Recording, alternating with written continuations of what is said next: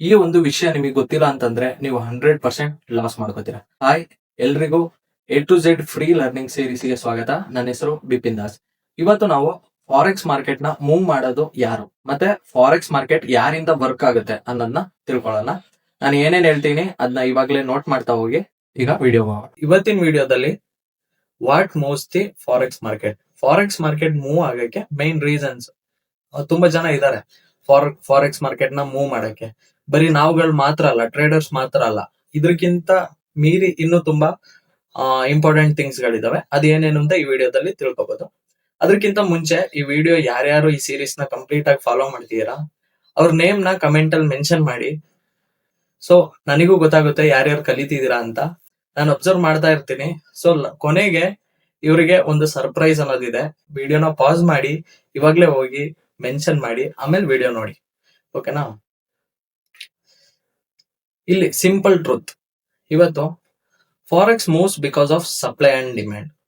Forex move ಆಗೋದು supply ಮತ್ತೆ demand ಇಂದ. ಸಪ್ಲೈ ಅಂದ್ರೆ ಏನು, ಡಿಮ್ಯಾಂಡ್ ಅಂದ್ರೆ ಏನು ಗೊತ್ತಾ ನಿಮ್ಗೆ?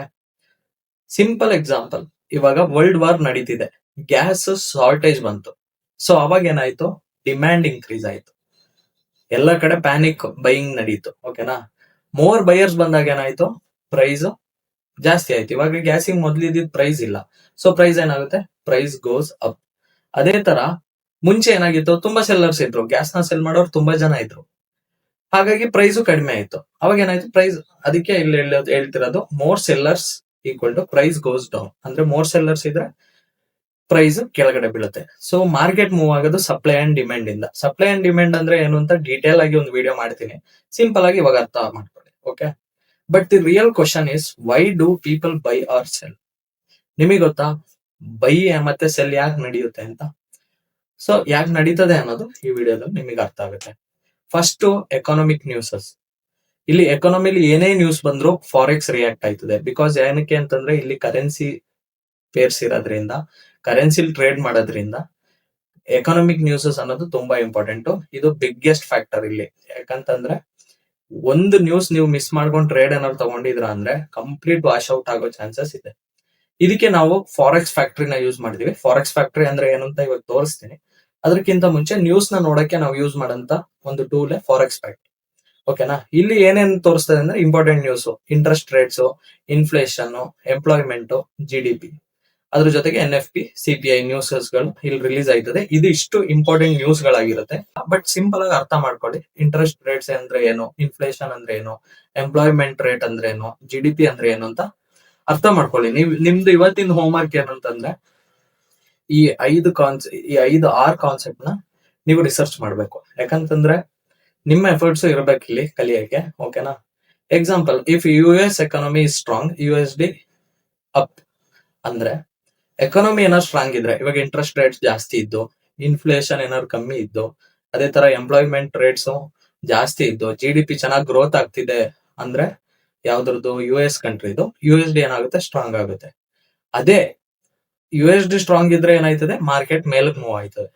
ಅದೇ USD ಏನಾದ್ರು ವೀಕ್ ಆಗಿದ್ರೆ ಮಾರ್ಕೆಟ್ ಕೆಳಗಡೆ ಬೀಳುತ್ತೆ. If news is bad, USD is down. ಅಂದ್ರೆ ಈ ಎಕನಾಮಿಕ್ ನ್ಯೂಸಸ್, ಇದ್ರಲ್ಲಿ ಯಾವುದೇ ನ್ಯೂಸ್ ಬರ್ಬೇಕಾದ್ರೆ ಈ ನ್ಯೂಸ್ ಏನಾದ್ರೂ ಬ್ಯಾಡ್ ಆಗಿದ್ರೆ ಮಾರ್ಕೆಟ್ ಏನಾಗುತ್ತೆ? ಬೀಳುತ್ತೆ. This create A market movements. ಅಂದ್ರೆ ಎಕನಾಮಿಕ್ ನ್ಯೂಸಸ್ ಒಂದ್ ಲೆವೆಲ್ಗೆ ಮಾರ್ಕೆಟ್ ನ ಮೂವ್ ಮಾಡ್ತಾರೆ. ಓಕೆನಾ? ಇಲ್ಲಿ ಫಾರೆಕ್ಸ್ ಫ್ಯಾಕ್ಟ್ರಿ ಅನ್ನೋದು ಇದೆ ವೆಬ್ಸೈಟ್, ನೀವು ಹೋಗಿ ಚೆಕ್ ಮಾಡ್ಬೋದು. ಇಲ್ಲಿ ಎಲ್ಲ ನ್ಯೂಸಸ್ ಬರುತ್ತೆ. ಇವತ್ ನೋಡಿ ಫ್ರೈಡೆ, ಬ್ಯಾಂಕ್ ಹಾಲಿಡೇ, ಇಲ್ಲೆಲ್ಲ ಪ್ರತಿಯೊಂದು ಹೇಳ್ತಿದ್ದಾರೆ. ಇಲ್ಲಿ ಈ ರೆಡ್ ಫೋಲ್ಡರ್ ಇದೆಯಲ್ಲ, ಈ ರೆಡ್ ಫೋಲ್ಡರ್ ಮಾತ್ರ ಇಂಪಾರ್ಟೆಂಟ್ ಆಗಿರುತ್ತೆ ನಮಗೆ. ನೋಡಿ, ನಾಳೆ 6 PM ಗೆ, ನಾಳೆ ಅಲ್ಲ, ಇದು ಆಕ್ಚುಲಿ ಫ್ರೈಡೆ 3. ಓಕೆ, ಇವತ್ತು 6 PM ಗೆ USD ನ್ಯೂಸ್ ಇದೆ. ಅವರೇಜ್ ಅರ್ಲಿ ಅರ್ನಿಂಗ್ಸ್, M&M, ಮತ್ತೆ USD ನಾನ್ ಫಾರ್ಮ್ ಎಂಪ್ಲಾಯ್ಮೆಂಟ್ ಚೇಂಜ್, ಮತ್ತೆ USD employment rate, unemployment rate. ನಾನು ಹೇಳಿದ್ನಲ್ವ, ಅನ್ಎಂಪ್ಲಾಯ್ಮೆಂಟ್ ರೇಟ್. ಸೊ ಇಲ್ಲಿ ಮೇನ್ ಆಗಿ ಈ ರೆಡ್ ಫೋಲ್ಡರ್ ಅಲ್ಲಿ ಬರೋಂತ ನ್ಯೂಸ್ ಗಳೇ interest rate, CPI, unemployment, GDP ಅದಾಗಿರುತ್ತೆ. ನಮಗೆ ಮೇನ್ ನ್ಯೂಸಸ್ ಮಾತ್ರ ಫೋಕಸ್ ಮಾಡಿದ್ರೆ ಸಾಕು. ಇವಾಗ 6 PM ಈ ನ್ಯೂಸ್ ಇದೆ ಅಂತಂದ್ರೆ ಆ ಟೈಮಲ್ಲಿ ನಾವು ಟ್ರೇಡ್ ನ ಮಾಡಕ್ ಹೋಗ್ಬಾರ್ದು. ಎರಡನೇದು ಸೆಂಟ್ರಲ್ ಬ್ಯಾಂಕ್ಸ್, ಇವರೇ ಮಾರ್ಕೆಟ್ ಡ್ರೈವರ್ಸ್ ಅನ್ನೋದು. ಇವ್ರನ್ನೇ ನಾವು ಮಾರ್ಕೆಟ್ ಡ್ರೈವರ್ಸ್. ಇಲ್ಲಿ ಬ್ಯಾಂಕ್ಸ್ ಗಳು ಟ್ರೇಡ್ ಮಾಡ್ತಾರೆ. ಓಕೆನಾ? ಬರೀ ರಿಟೇಲರ್ಸ್ ಮಾತ್ರ ಟ್ರೇಡ್ ಮಾಡಲ್ಲ, ಒಂದು ಎಕನಾಮಿಕ್ ನ್ಯೂಸ್ ಇಂದ ಮಾರ್ಕೆಟ್ ಮೂವ್ ಆಗುತ್ತೆ. ಎರಡನೇದು ಸೆಂಟ್ರಲ್ ಬ್ಯಾಂಕ್ಸ್ ಇಂದ ಮಾರ್ಕೆಟ್ ಮೂವ್ ಆಗುತ್ತೆ. ಎಕ್ಸಾಂಪಲ್ ನೋಡೋದಾದ್ರೆ US ಸೆಂಟ್ರಲ್ ಬ್ಯಾಂಕ್, ಇದು ಫೆಡರಲ್ ರಿಸರ್ವ್ ಆಗಿರುತ್ತೆ ಅಮೆರಿಕದ್ದು. ಅದೇ ತರ UK, ಇದು ಬ್ಯಾಂಕ್ ಆಫ್ ಇಂಗ್ಲೆಂಡ್ ಆಗಿರುತ್ತೆ. ಓಕೆನಾ. ವಾಟ್ ದೇ ಡೂ, ಇವ್ರದ್ದು ಕೆಲಸ ಏನಂತಂದ್ರೆ ಚೇಂಜ್ ಇಂಟ್ರೆಸ್ಟ್ ರೇಟ್ಸ್ ಚೇಂಜ್ ಆಗೋ ಕಾರಣನೇ ಈ ಸೆಂಟ್ರಲ್ ಬ್ಯಾಂಕ್ಸ್ ಆಗಿರುತ್ತೆ. ಅದೇ ತರ ಮನಿನ ಕಂಟ್ರೋಲ್ ಮಾಡ್ತಾರೆ, ಸಪ್ಲೈ ಮತ್ತೆ ಡಿಮ್ಯಾಂಡ್ ನ ಕಂಟ್ರೋಲ್ ಮಾಡ್ತಾರೆ. ಇದರಿಂದ ಇಂಪ್ಯಾಕ್ಟ್ ಏನಾಗುತ್ತೆ ಅಂತಂದ್ರೆ ಹೈಯರ್ ಇಂಟ್ರೆಸ್ಟ್ ರೇಟ್ ಏನಾದ್ರು ಇದ್ರೆ ಕರೆನ್ಸಿ ಸ್ಟ್ರಾಂಗ್ ಆಗುತ್ತೆ. ಓಕೆನಾ. ಅದೇ ತರ ಲೋವರ್ ಇಂಟ್ರೆಸ್ಟ್ ರೇಟ್ ಇದ್ರೆ ಕರೆನ್ಸಿ ವೀಕ್ ಆಗುತ್ತೆ. ಕರೆನ್ಸಿ ವೀಕ್ ಆದ್ರೆ ಮಾರ್ಕೆಟ್ ಏನಾಗುತ್ತೆ, ಬೀಳುತ್ತೆ. ಅದೇ ಕರೆನ್ಸಿ ಸ್ಟ್ರಾಂಗ್ ಆದ್ರೆ ಮಾರ್ಕೆಟ್ ಮೇಲಕ್ಕೆ ಹೋಗುತ್ತೆ. ಓಕೆನಾ. ನೆಕ್ಸ್ಟ್ ಮೂರನೇ ಮೂವರ್ಸ್ ಯಾರು ಅಂತಂದ್ರೆ economic strength of the country. ಅಂದ್ರೆ ಇಲ್ಲಿ ಅಮೆರಿಕನೇ ಮೇನ್. ಅಮೆರಿಕದಲ್ಲಿ ಏನ್ ನಡೀತದೋ ಅದು ಫಾರೆಕ್ಸ್ ಇಂಪ್ಯಾಕ್ಟ್ ಬಿಗ್ ಆಗುತ್ತೆ. ಅವ್ರದ್ದು ಎಕಾನಮಿ ಸ್ಟ್ರೆಂತ್ ಚೆನ್ನಾಗಿದ್ರೆ ಫಾರೆಕ್ಸ್ ಮಾರ್ಕೆಟ್ ಚೆನ್ನಾಗೇ ನಡೀತಿರ್ತದೆ. ಓಕೆನಾ. ಕರೆನ್ಸೀಸ್ ರಿಫ್ಲೆಕ್ಟ್ಸ್ ಕಂಟ್ರಿ ಸ್ಟ್ರೆಂತ್, ಅಂದ್ರೆ ಒಂದು ಕರೆನ್ಸಿ ಆ ಕಂಟ್ರಿ ಸ್ಟ್ರೆಂತ್ ಏನು ಅಂತ ತಿಳಿಸುತ್ತೆ. ಇವಾಗ USD ಅಷ್ಟು ಸ್ಟ್ರಾಂಗ್ ಆಗಿರೋ ಕಾರಣ ಅವ್ರ ಕರೆನ್ಸಿ ಅಷ್ಟು ವ್ಯಾಲ್ಯೂ ಇರೋದ್ರಿಂದ. ಸ್ಟ್ರಾಂಗ್ ಎಕಾನಮಿ ಆಗಕ್ಕೆ ಮೇನ್ ಆಗಿ ಬೇಕಾಗಿರೋದು ಹೈ ಎಂಪ್ಲಾಯ್ಮೆಂಟ್, ಸ್ಟ್ರಾಂಗ್ GDP. ಅಂದ್ರೆ ಹೈ ಎಂಪ್ಲಾಯ್ಮೆಂಟ್ ಇದ್ರೆ ಮಾತ್ರ ಒಂದು ಸ್ಟ್ರಾಂಗ್ ಎಕಾನಮಿ ಅನ್ನೋದನ್ನ ನಾವು ಕರಿತೀವಿ. ಮತ್ತೆ ಸ್ಟ್ರಾಂಗ್ GDP ಅನ್ನೋದಿರ್ಬೇಕು. GDP ಅಂದ್ರೆ ನೀವು ಇವತ್ತು ಹೋಗಿ ರಿಸರ್ಚ್ ಮಾಡ್ಬೇಕು, ನಾನು ಹೇಳಲ್ಲ, ನೀವು ಹೋಗಿ ರಿಸರ್ಚ್ ಮಾಡಿ GDP ಅಂದ್ರೆ ಏನು, ಅದು ಗೊತ್ತಿಲ್ಲ ಅಂದ್ರೆ ಕಷ್ಟ. ಓಕೆನಾ. ಇಲ್ಲಿ ಇವೆರಡು ಹೈ ಎಂಪ್ಲಾಯ್ಮೆಂಟ್ ರೇಟು ಮತ್ತೆ ಸ್ಟ್ರಾಂಗ್ GDP ಇರೋದ್ರಿಂದ ಕರೆನ್ಸಿ ಏನಾಯ್ತದೆ, ಗೋ ಅಪ್, ಮೇಲಕ್ಕೆ ಹೋಗಕ್ಕೆ ಮೇನ್ ಆಗಿ ಈ ನ್ಯೂಸ್ ಬದಾಯ್ತು ನೋಡಿ. ಹೈ ಎಂಪ್ಲಾಯ್ಮೆಂಟ್ ರೇಟ್ ಇದ್ರೆ ಮಾರ್ಕೆಟ್ ಮೇಲಕ್ಕೆ ಹೋಗುತ್ತೆ, ಸ್ಟ್ರಾಂಗ್ GDP ಇದ್ರು ಮಾರ್ಕೆಟ್ ಮೇಲಕ್ಕೆ ಹೋಗುತ್ತೆ. ಅದೇ ತರ ವೀಕ್ ಎಕಾನಮಿ ಆಗಿದ್ರೆ ಏನಾಗುತ್ತೆ, ರಿಸೆಷನ್ ಬರುತ್ತೆ.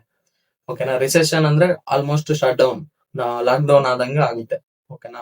ಇಲ್ಲಿ ಕರೆನ್ಸಿ ಏನಾಗುತ್ತೆ ಆ ಟೈಮಲ್ಲಿ ಡೌನಿಗೆ ಹೋಗುತ್ತೆ. ರಿಸೆಷನ್ ಬಂದ್ಬಿಟ್ರೆ ಕಂಟ್ರಿ ಏನಾಗುತ್ತೆ, ಎಲ್ಲ ಶಟ್ ಡೌನ್ ಮಾಡಿ, ಎಲ್ಲ ಯಾವ್ದೇ ಬಿಸ್ನೆಸ್ ಇಲ್ಲಿ ರನ್ ಆಗ್ತಿರಲ್ಲ ಅವಾಗ ಶಟ್ ಡೌನ್ ಮಾಡ್ತಾರೆ. ಓಕೆನಾ. ನಾಲ್ಕನೇದು ಪೊಲಿಟಿಕಲ್ ಇವೆಂಟ್ಸ್. ಮಾರ್ಕೆಟ್ ಮೂವ್ ಮಾಡಕ್ಕೆ ಇವಾಗ 3 ಇವೆಂಟ್ಸ್ ಆಯ್ತು, ಇದು ನಾಲ್ಕನೇದು. ಇಲ್ಲಿ ಎಕ್ಸಾಂಪಲ್ಸ್ ನೋಡಿದರೆ ಎಲೆಕ್ಷನ್ಸ್, ವಾರ್, ಗೌರ್ಮೆಂಟ್ ಡಿಸಿಷನ್ಸ್. ಇವು ಮೇನ್ ಆಗಿ ಎಲೆಕ್ಷನ್ ಬಂದ್ರೆ ಮಾರ್ಕೆಟ್ ಮೂವ್ ಆಗ್ತದೆ. ಅದೇ ತರ ವಾರ್ ಸಿನಾರಿಯೋ ಬಂದ್ರೆ ಇವಾಗ ವಾರ್ ನಡೀತಾ ಇದೆ, ಆಲ್ರೆಡಿ ಪೇರ್ಸ್ ಗಳೆಲ್ಲ ಬೀಳ್ತಾ ಇದಾವೆ, ಗೋಲ್ಡ್ ಬೀಳ್ತಾ ಇದೆ. ಮತ್ತೆ ಗೌರ್ಮೆಂಟ್ ಡಿಸಿಷನ್, ಟ್ರಂಪ್ ಏನ್ ಹೇಳ್ತಾನೆ ಅದ್ರ ಮೇಲೆ ಮಾರ್ಕೆಟ್ ಮೂವ್ಮೆಂಟ್ ಆಯ್ತಿದೆ ಇವಾಗ ಪ್ರೆಸೆಂಟ್ ಸಿನಾರಿಯೋದಲ್ಲಿ. ಓಕೆನಾ. ಇದ್ರದ್ದು ಇಂಪ್ಯಾಕ್ಟ್ ಏನಾಗುತ್ತೆ ಅಂತಂದ್ರೆ ಸ್ಟೆಬಿಲಿಟಿ, ಅಂದ್ರೆ ಕರೆನ್ಸಿ ಸ್ಟ್ರಾಂಗ್ ಆದ್ರೆ ಸ್ಟೆಬಿಲಿಟಿ ಅನ್ನೋದಿರುತ್ತೆ ಮಾರ್ಕೆಟ್ ಅಲ್ಲಿ. ಅದೇ ತರ ಅನ್ಸರ್ಟನಿಟಿ ಏನಾದ್ರು ಬಂದ್ರೆ ಕರೆನ್ಸಿ ವೀಕ್ ಆಗುತ್ತೆ. ಇವಾಗ ನಡೀತಿರೋದು ಅನ್ಸರ್ಟನಿಟಿ ಮಾರ್ಕೆಟ್. ಸೊ ಇಲ್ಲಿ ಯಾವ್ದೇ ಸ್ಟ್ರಾಟಜೀಸ್ ಆಗ್ಲಿ ನಿಮ್ದು ಏನೇ ಇಲ್ಲಿ ವರ್ಕ್ ಆಗಲ್ಲ. ಈ ವಾರ್ ನಿಲ್ಲ ಗಂಟನೂ ನೀವ್ ಹೆಂಗಂತಂದ್ರೆ ಮಾರ್ಕೆಟ್ ನ ಕಲಿಯಕ್ ಟೈಮ್ ಕೊಡಿ. ಓಕೆನಾ.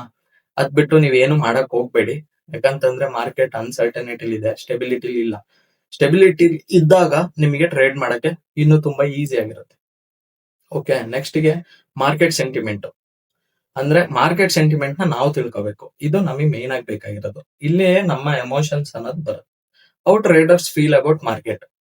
ಇವಾಗ ಇಷ್ಟೆಲ್ಲ ಗೊತ್ತಾಯ್ತು, GDP, ಇಂಟ್ರೆಸ್ಟ್ ರೇಟ್ಸ್, ಅನ್ಎಂಪ್ಲಾಯ್ಮೆಂಟ್. ಇವಾಗ ನೀವು ನ್ಯೂಸ್ ನೋಡ್ತೀರಾ, ಬೆಳಗ್ಗೆ ಎದ್ದು ನ್ಯೂಸ್ ನೋಡ್ತೀರಾ ಏನಿದೆ ಅಂತ. ಸೊ ನ್ಯೂಸ್ ಏನಾದ್ರು ಸ್ಟ್ರಾಂಗ್ ಆಗಿದ್ರೆ ನೀವೇನ್ ಮಾಡ್ತೀರಾ, ಪಾಸಿಟಿವ್ ಸೆಂಟಿಮೆಂಟ್ ಅಂತ ಬೈ ಮಾಡ್ತೀರಾ. ಅದೇ ತರ ನ್ಯೂಸ್ ಏನಾದ್ರು ನೆಗೆಟಿವ್ ಇದ್ರೆ ನೀವೇನ್ ಮಾಡ್ತೀರಾ, ಸೆಂಟಿಮೆಂಟ್ ನೆಗೆಟಿವ್ ಇದೆ ಅಂತ ನೀವು ಸೆಲ್ ಮಾಡ್ತೀರಾ. ಎಕ್ಸಾಂಪಲ್ ನೋಡಿದರೆ if traders believe USD will rise, they start buying, price goes up. ಅಂದ್ರೆ ಇವತ್ತು ಟ್ರಂಪ್ ಬಂದು ಹೇಳ್ದ ಇಂಟ್ರೆಸ್ಟ್ ರೇಟ್ ಜಾಸ್ತಿ ಮಾಡ್ತೀನಿ, ಅಥವಾ ನಮ್ಮ GDP ಗ್ರೋತ್ ಚೆನ್ನಾಗಿದೆ ಅಂತ ಏನಾದ್ರು ಇವತ್ತು ನ್ಯೂಸ್ ಬಂತು ಅಂತಂದ್ರೆ USD ಸ್ಟ್ರಾಂಗ್ ಆಯ್ತು. ಸೊ ಮಾರ್ಕೆಟ್ ಏನಾಗುತ್ತೆ, ಬೈ ಕಡೆಗೆ ತಿರುಗುತ್ತೆ. ಯಾಕಂತಂದ್ರೆ ಮೋರ್ ಬೈಯರ್ಸ್, ಎಲ್ಲ ರಿಟೇಲರ್ಸ್ಗೂ ಅದು ಗೊತ್ತಾಗುತ್ತಲ್ಲ. ಸೊ ಏನ್ ಮಾಡ್ತಾರೆ, ಎಲ್ಲರೂ ಹೋಗಿ ಬೈ ಮಾಡಕ್ ಸ್ಟಾರ್ಟ್ ಮಾಡ್ತಾರೆ. ಅದರಿಂದ ಏನಾಗುತ್ತೆ, ಪ್ರೈಸ್ ಅನ್ನೋದು ಮೇಲಕ್ಕೆ ಹೋಗುತ್ತೆ. ಓಕೆನಾ. ನೆಕ್ಸ್ಟ್ ಇದರಲ್ಲಿ ಬಿಗ್ ಪ್ಲೇಯರ್ಸ್ ಯಾರ್ಯಾರು. ಬಿಗ್ ಪ್ಲೇಯರ್ಸ್ ಗೆ ನಾವು ಇನ್ನೊಂದು ಹೆಸರಿಂದ ಕರೆಯೋದು ಇನ್ಸ್ಟಿಟ್ಯೂಷನ್ಸ್ ಅಂತ. These control most of the market. ಇವರೇ ಆಗಿರುತ್ತೆ ಮಾರ್ಕೆಟ್ ನ ಫುಲ್ ಕಂಟ್ರೋಲ್ ಮಾಡೋದು. ಇಲ್ಲಿ ರಿಟೇಲರ್ಸ್ ನಾವೆಲ್ಲ ಹೆಂಗಂತಂದ್ರೆ ಜಸ್ಟ್ ಮೀನ್ ತರ, ಇದು ಒಂದು ಸಮುದ್ರ ಇದಾಗೆ. ಇಲ್ಲಿ ಇವರೆಲ್ಲ ತಿಮಿಂಗಿಲಗಳು. ಯಾರ್ಯಾರು, ಬ್ಯಾಂಕ್ಸ್, ಹೆಡ್ಜ್ ಫಂಡ್ಸ್, ಇನ್ಸ್ಟಿಟ್ಯೂಷನ್ಸ್, ಇವರೇ ಬಿಗ್ ಪ್ಲೇಯರ್ಸ್ ಆಗಿರುತ್ತೆ. ಸೊ ಇವ್ರ ಮೂವ್ಮೆಂಟ್ ನ ನಾವು ಕಂಡಿಡ್ಕೊಂಡ್ರೆ ನಾವು ಆರಾಮಲ್ಲಿ ಪ್ರಾಫಿಟ್ಸ್ ಅನ್ನೋದು ಮಾಡ್ಬೋದು. They move the market with huge money. ಯಾಕೆ ಮಾರ್ಕೆಟ್ ಮೇಲಾಗುತ್ತೆ ಅಂತಂದ್ರೆ, ಇವಾಗ ಒಂದು ಕಿತ್ಲೆ ಹಣ್ಣು ಅಂತ ಅನ್ಕೊಳ್ಳಿ, ಒಂದು ಕಿತ್ಲೆ ಹಣ್ಣು 100 ರೂಪಾಯಿ ಇದೆ. ಅದು 1000 ಜನಕ್ಕೆ ಬೇಕು ಅಂತಂದ್ರೆ ಒಂದ್ ಕಿತ್ಲೆ ಹಣ್ಣಿಗೆ ಏನಾಯ್ತದೆ ಹೇಳಿ, ಡಿಮ್ಯಾಂಡ್ ಜಾಸ್ತಿ ಆಯ್ತದೆ. ಓಕೆನಾ. ಡಿಮ್ಯಾಂಡ್ ಜಾಸ್ತಿ ಆದಷ್ಟು ಏನಾಯ್ತದೆ, ಪ್ರೈಸ್ ಇನ್ಕ್ರೀಸ್ ಆಯ್ತಾ ಹೋಯ್ತದೆ. ಅದ್ ನಮ್ ಕೈಯಿಂದ, ರಿಟೇಲರ್ಸ್ ಕೈಯಿಂದ ಬೈ ಮಾಡಕ್ ಸಾಧ್ಯನಾ, ಇಲ್ಲ. ಬಿಗ್ ಪ್ಲೇಯರ್ಸೇ ಬರ್ಬೇಕು ಅದನ್ನ ಬೈ ಮಾಡ್ಬೇಕು.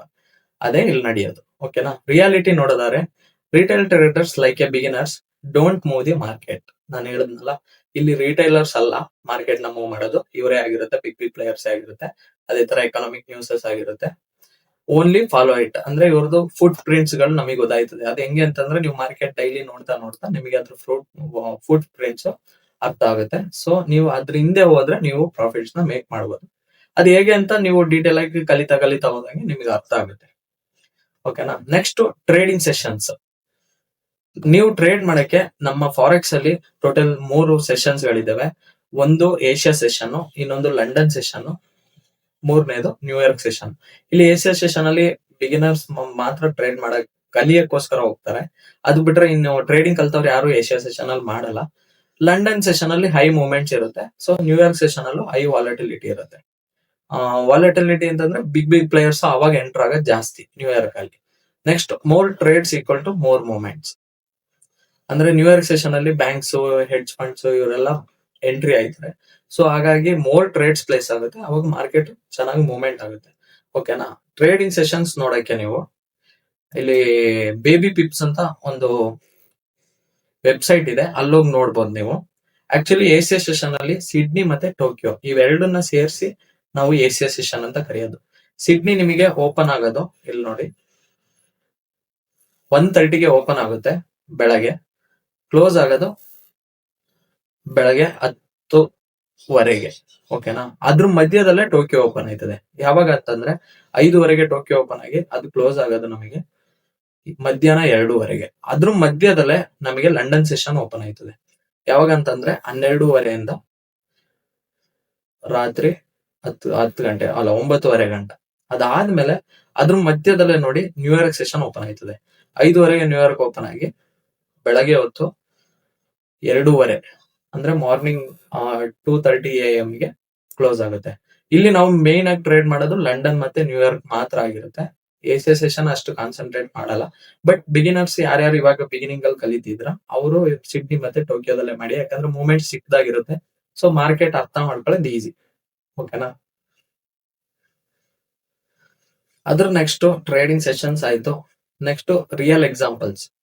ಅಂದ್ರೆ ಇದನ್ನೆಲ್ಲ ಇನ್ಕ್ಲೂಡ್ ಮಾಡಿ ರಿಯಲ್ ಎಕ್ಸಾಂಪಲ್ ನೋಡೋದಾರೆ, imagine US announce strong jobs data. ಅಂದ್ರೆ ಜಾಬ್ ಡಾಟಾ ರಿಲೀಸ್ ಮಾಡ್ತಾರೆ. ಅಮೆರಿಕದಲ್ಲಿ ಇವಾಗ ಜಾಬ್ ಆಪರ್ಚುನಿಟೀಸ್ ಒಂದು ಡಾಟಾ ರಿಲೀಸ್ ಮಾಡ್ತಾರೆ. ಅವಾಗ ಏನ್ ಮಾಡ್ತಾರೆ, federal reserve may increase interest rates. ಅಂದ್ರೆ ಬ್ಯಾಂಕ್ಸ್ ಗಳೇನಾದ್ರು ಇಂಟ್ರೆಸ್ಟ್ ರೇಟ್ಸ್ ನ ಜಾಸ್ತಿ ಮಾಡಿದ್ರೆ ಟ್ರೇಡರ್ಸ್ ಬಿಕಮ್ ಬುಲ್ಲಿಶ್. ಅಂದ್ರೆ ಈ 2 ಸಿನಾರಿಯೋ ಏನಾದ್ರು ಡಾಟಾ ಏನಾದ್ರು ಪಾಸಿಟಿವ್ ಆಗಿದ್ದು ಫೆಡರಲ್ ಇಂಟ್ರೆಸ್ಟ್ ರೇಟ್ಸ್ ಜಾಸ್ತಿ ಆದ್ರೆ ಟ್ರೇಡರ್ಸ್ ಏನ್ ಮಾಡ್ತಾರೆ, ಬುಲ್ಲಿಶ್ ಕಡೆ ನೋಡ್ತಾರೆ. ಬುಲ್ಲಿಶ್ ಅಂದ್ರೆ ಬೈ ಮಾಡೋ ಕಡೆ ನೋಡ್ತಾರೆ. ಓಕೆ, ಇಲ್ಲಿ ರಿಸಲ್ಟ್ ಏನಾಯ್ತು, USD become strong, euro USD falls. ಅಂದ್ರೆ ಯೂರೋ USD ಯಾಕೆ ಕೊಟ್ಟಿದೀನಿ ಅಂತಂದ್ರೆ USD ಸ್ಟ್ರಾಂಗ್ ಆದಾಗ ಏನಾಯ್ತದೆ, ಯೂರೋ ಕೆಳಗಡೆ ಬೀಳುತ್ತೆ. ಇವಾಗ ಇದರಿಂದ ಸ್ಟ್ರಾಂಗ್ ಜಾಬ್ಸ್ ಡಾಟಾ ರಿಲೀಸ್ ಆಗಿದ್ರಿಂದ ಮತ್ತೆ ಫೆಡರಲ್ ರಿಸರ್ವ್ ಇಂಟ್ರೆಸ್ಟ್ ರೇಟ್ ಜಾಸ್ತಿ ಮಾಡಿದ್ರಿಂದ USD ಏನಾಯ್ತು, ಸ್ಟ್ರಾಂಗ್ ಆಯ್ತು. USD ಸ್ಟ್ರಾಂಗ್ ಆಗಿದ್ರೆ ನಾನು ಹಳೆ ವಿಡಿಯೋದಲ್ಲೇ ಹೇಳಿದೆ, USD ಸ್ಟ್ರಾಂಗ್ ಆದ್ರೆ ಯೂರೋ ಬೀಳುತ್ತೆ. ಓಕೆನಾ? ಅದೇ USD ವೀಕ್ ಆದ್ರೆ ಯೂರೋ ಮೇಲಕ್ಕೆ ಹೋಗುತ್ತೆ. ಓಕೆ, ನೆಕ್ಸ್ಟ್ ಇಂಪಾರ್ಟೆಂಟ್ ಟ್ರೂತ್ ನೋಡಿದರೆ chart shows what happen, fundamentals explain why it happen. ಅಂದ್ರೆ ನಿಮಗೆ ಚಾರ್ಟ್ ಅಲ್ಲಿ ಏನ್ ಆಗ್ತಿದೆ ಅಂತ ಅಷ್ಟೇ ಗೊತ್ತಾಗುತ್ತೆ, ಬಟ್ ಆಕ್ಚುಯಲ್ ಫಂಡಮೆಂಟಲ್ಸ್ ಇಲ್ಲಿ ಫಾರೆಕ್ಸ್ ಅಲ್ಲಿ ನೀವು ಫಂಡಮೆಂಟಲ್ಸ್ ನೋಡ್ಬೇಕಾಗಿರೋದೆ ಎಕನಾಮಿಕ್ ನ್ಯೂಸಸ್, ಯಾರ್ಯಾರು ಟ್ರೇಡ್ ಮಾಡ್ತಾರೆ, ಮತ್ತೆ ಇನ್ಸ್ಟಿಟ್ಯೂಷನ್ಸ್ ಯಾರು, ಬ್ಯಾಂಕ್ಸ್ ಯಾರು, ಇದೆಲ್ಲ ತಿಳ್ಕೊಂಡ್ರೆ ನಿಮಗೆ ಅರ್ಥ ಆಗುತ್ತೆ. ಓಕೆ, ಮಾರ್ಕೆಟ್ ಅಲ್ಲಿ ಇವ್ರು ಎಂಟರ್ ಆಗಿದ್ದಾರೆ, ಅದಕ್ಕೆ ಮಾರ್ಕೆಟ್ ಮೂವ್ ಆಗ್ತಿದೆ ಅಂತ. ಸೊ ಫಂಡಮೆಂಟಲ್ಸೇ ಇವು. ಓಕೆನಾ? ಇಲ್ಲಿ ಫಂಡಮೆಂಟಲ್ಸ್ ಇಂಡಿಯನ್ ಮಾರ್ಕೆಟ್ ತರ ಪಿ ರೇಷಿಯೋ ಅಂದ್ರೆ ಏನು, PB ರೇಷಿಯೋ ಅಂದ್ರೆ ಏನು, ವರ್ಷದ್ದು ಅಸೆಟ್ದು ಕ್ಯಾಲ್ಕುಲೇಷನ್ ಏನು, ಎಷ್ಟು ರಿಟರ್ನ್ ಆನ್ ಇನ್ವೆಸ್ಟ್ಮೆಂಟ್ ತಗೋತಿದ್ದಾರೆ, ಅದೇನು ಮ್ಯಾಟರ್ ಆಗಲ್ಲ. ಇಲ್ಲಿ ಇವರು ನ್ಯೂಸ್ ಎಕನಾಮಿಕ್ ನ್ಯೂಸ್ ಅನ್ನೋದು ತುಂಬಾ ಇಂಪಾರ್ಟೆಂಟ್ ಆಗಿರುತ್ತೆ. ಓಕೆನಾ? ಡೈಲಿ ನ್ಯೂಸ್ ನೋಡಾದ್ಮೇಲೆ ಮಾತ್ರ ನೀವು ಟ್ರೇಡ್ ಮಾಡ್ಬೇಕು. ನ್ಯೂಸ್ ನೋಡೋದ್ಕಿಂತ ಮುಂಚೆ ಟ್ರೇಡಿಂಗ್ ಹೋದ್ರೆ ನೀವು ಲಾಸಸ್ ಅನ್ನೋದನ್ನ ಫೇಸ್ ಮಾಡ್ಬೇಕಾಗುತ್ತೆ. ನಾನು ಪ್ರತಿ ವಿಡಿಯೋದಲ್ಲಿ ಹೇಳ್ದಂಗೆ I will teach everything free, but success depends on your discipline. ನಿಮ್ಮ ಡಿಸಿಪ್ಲಿನ್ ಇದ್ರೆ ಮಾತ್ರ ಸಕ್ಸಸ್ ಅನ್ನೋದು ಸಿಗೋದು. ಆದಷ್ಟು ಈ ವಿಡಿಯೋನ ಯಾರ್ಯಾರು ಇಲ್ಲಿ ಗಂಟ ನೋಡಿದೀರಾ Day 7ಗೆ ರೆಡಿ ಆಗಿ ಇವತ್ತು ನಾನು ಏನೇನ್ ಹೇಳಿದೀನಿ ಅದನ್ನ ನೋಟ್ ಮಾಡ್ಕೊಳ್ಳಿ. ಓಕೆನಾ? ಮತ್ತೆ ಇವಾಗ್ಲೇ ಹೊಸದಾಗಿ ಯಾರು ಈ ವಿಡಿಯೋ ನೋಡ್ತೀರಾ ನನ್ನ ಅಕೌಂಟ್ ನ ಸಬ್ಸ್ಕ್ರೈಬ್ ಮಾಡ್ಕೊಂಡು ನಿಮ್ಮ ಫ್ರೆಂಡ್ಸ್ ಅಂಡ್ ಫ್ಯಾಮಿಲಿ ಯಾರು ಟ್ರೇಡಿಂಗ್ ಕಲಿಬೇಕು ಅಂತಿದ್ದಾರೆ ಅವರಿಗೆ ಶೇರ್ ಮಾಡಿ. Thank you.